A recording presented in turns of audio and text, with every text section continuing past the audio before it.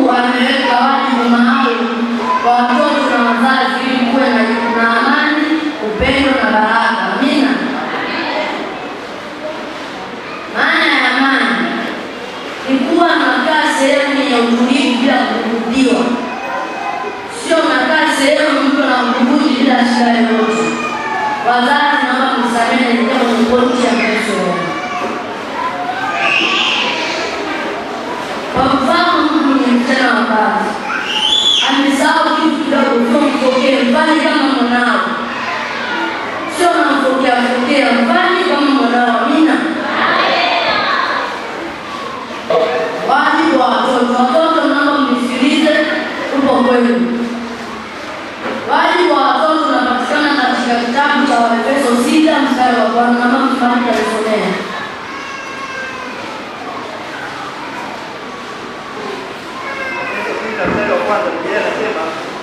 Enyi watoto watiini wazazi wenu katika Bwana, maana hii ndiyo haki. Waheshimu baba yako na mama yako. Amri hii ndiyo amri ya kwanza yenye ahadi. Tarudia. Waefeso 6 mstari wa kwanza inasema, enyi watoto watiini wazazi wenu katika Bwana, maana hii ndiyo haki. Waheshimu baba yako na mama yako. Amri hii ndiyo amri ya kwanza yenye ahadi. Amina. Watoto watiini wazazi wenu katika Bwana. Sio mzazi anakutuma na wewe unamjibu. Hiyo sio kutii. Amina. Mzazi akikutuma anajua utii na uwezo umaliza hicho kutuma. Amina. Lakini pia waheshimu baba yako na mama yako, kwa maana hii ndiyo haki, ni baraka. Amina. Unabarikiwa baraka na Mungu mtoto. Unabarikiwa hata shuleni. Wazazi unabarikiwa na makazini. Unakuwa na tuma watoto wenu na wasikiliza na mtoto Mungu anabariki, watoto Mungu anabariki. Amina. Watoto wanapaswa kutii, kuheshimu na kusikiliza wazazi wao. Amen. Watoto mnapaswa kutii, kuheshimu na kusikiliza wazazi wenu. Kutii, kuheshimu na kusikiliza. Wajibu wa wazazi. Wazazi mnasikiliza wajibu wenu pia. Biblia inasema katika kitabu cha Waefeso 6 mstari wa 4 inasema, nanyi akina baba mtawachongoza watoto wenu, bali waleeni katika adabu na maonyo ya Bwana. Amina. Nanyi akina baba, wazazi wote mnapaswa kuwalea watoto wenu katika adabu na maonyo ya Bwana. Unaandaa mtoto pia kufundisha neno la Mungu, lakini pia kuna mtoto anazaliwa na kipawa, tuseme kipawa cha uimbaji, kipawa cha kusema ya kuchora vitu fulani. Hivyo ni wazazi wanatakiwa kuwalea watoto wenu kwa adabu na maono ya Bwana. Amina. Lakini pia wazazi wanatakiwa kupenda watoto, kulea kwa mfano wema na kumfundisha neno la Mungu. Ndio hicho ndicho kutoka kusema katika mada iliyopita. Natakiwa kuwalea watoto katika adabu na maono ya Bwana. Wazazi wanatakiwa kupenda watoto, kulea kwa mfano mwema, hata kwa majirani. Mtoto anamlea kwa mfano mwema, hata jirani anasema kwamba huyu jirani yangu huyu anatuma analea mtoto wake kwa mfano mwema, hata sisi nao tunaiga. Amina. Mtoto wako anatakiwa aige, sio mtoto wako ndo aige. Kuna watoto wanaiga matendo mabaya yasiyopendeza Mungu. Amina. Nidhamu iwe na upendo, si ukali na kuumiza moyo wa mtoto. Amina. Na nidhamu pia wazazi, nidhamu na kuja kwa nidhamu iwe na upendo na kumpenda, sio ukali na kuumiza moyo wake.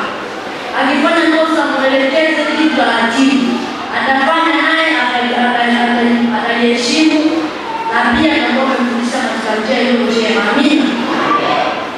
Na malizia kwa kusema, familia yenye heshima na upendo humleta Mungu karibu. Amina. Familia yenye heshima na upendo humleta Mungu karibu. Familia yenye heshima na upendo humleta Mungu karibu. Amina. Familia unapotoa mwongozo wa heshima na upendo, ndipo unamleta Mungu karibu. Lakini pia kanisa linalosimamia heshima na upendo huleta Mungu karibu. Amina. Familia na kanisa linalosimamia heshima na upendo. Kama mfano, unapokuja kanisani, unatakiwa uvae mavazi yanayomstahili Mungu, sio kuvaa mavazi yanayomchukiza Mungu. Amina. Somo letu la leo limeishia hapa.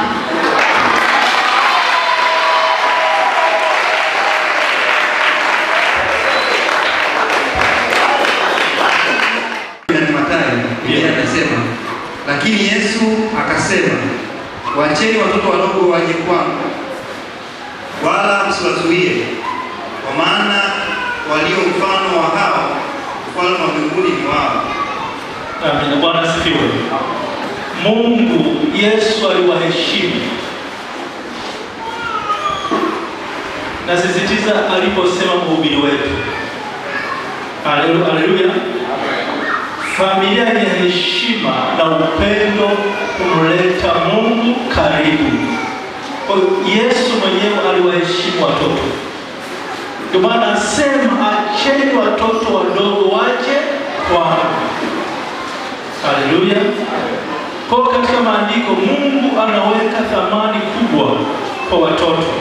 Yesu alipoambia wanafunzi wake kwamba ufalme wa mbinguni ni wa watu kama hawa, alionyesha kuwa watoto wana heshima ya kipekee mbele za Mungu. Hii ni kinyume na tamaduni za wakati ule ambapo watoto hawakuwa wakipewa nafasi. Mungu haangalii ukubwa wa mtu au uwezo wake wa kiakili, bali moyo wa unyenyekevu na uaminifu ambao mara nyingi huonekana kwa watoto hao. Haleluya. Mtoto ukimchapa kiboko atalia, baadaye anamwambia nenda kalete maji. Anaenda naleta. Lakini mimi nichape kiboko. Alafu niambie nifanye hivi. Na utungaji wangu wote. Kuna maswali kadhaa yataulizana kichwani, lakini sio kwa mtoto. Ndio maana natuambia mhubiri kwamba heshima na upendo vinamvuta Mungu karibu. Kwa hiyo tuwaheshimu watoto. Haleluya. Tuwaheshimu watoto. Nimalizie hii nisiwe mhubiri wa pili, maana ameshatufundisha huyu. Katika jamii nyingi leo watoto huonekana kama kero au mzigo. Wengi wanaamini watoto hawana mchango mkubwa na hivyo huachwa pembeni katika maamuzi. Katika familia au makanisa, mara chache watoto hualikwa kushiriki katika mijadala. Mara chache watoto hualikwa katika kushiriki mijadala au ibada za watu wazima. Hili linaathiri sana huduma kwa watoto kwa sababu linawanyima nafasi ya kujihisi kuwa wao pia ni sehemu muhimu ya jamii ya waumini. Bwana asifiwe sana. Watoto, mimi napenda kusali na watoto hapa. Wengine hawataki waonekane watoto ibadani kwa sababu wanapiga kelele. Yaani tunapenda. Iko siku nitaweka kwenye darasa lao. Lakini mimi nawapenda watoto. Na haya wanafanya kwa sababu wanajifunza kufanya na wazazi wao kama kanisa kwa ujumla. Amina. Sio wanahubiri vizuri, wanaimba vizuri. Sasa wakati wa praise hawapo. Wakati wa mahubiri hawapo. Sasa watajuaje haya? Amina. Bwana asifiwe sana. Mimi nawapenda sana watoto. Hata kama tunacheza sawa, potelea pale. Mashemasi wanafanya kazi ya kuwarudisha. Amina. Lakini kwa wakati ambapo kanisa linaendelea kwenda mbele, litawafanya wakae gorofani. Amina. Na wale wenye watoto wachanga sana, wadogo sana, wanaandaliwa muda wa kwenda kunyonyesha, wanaenda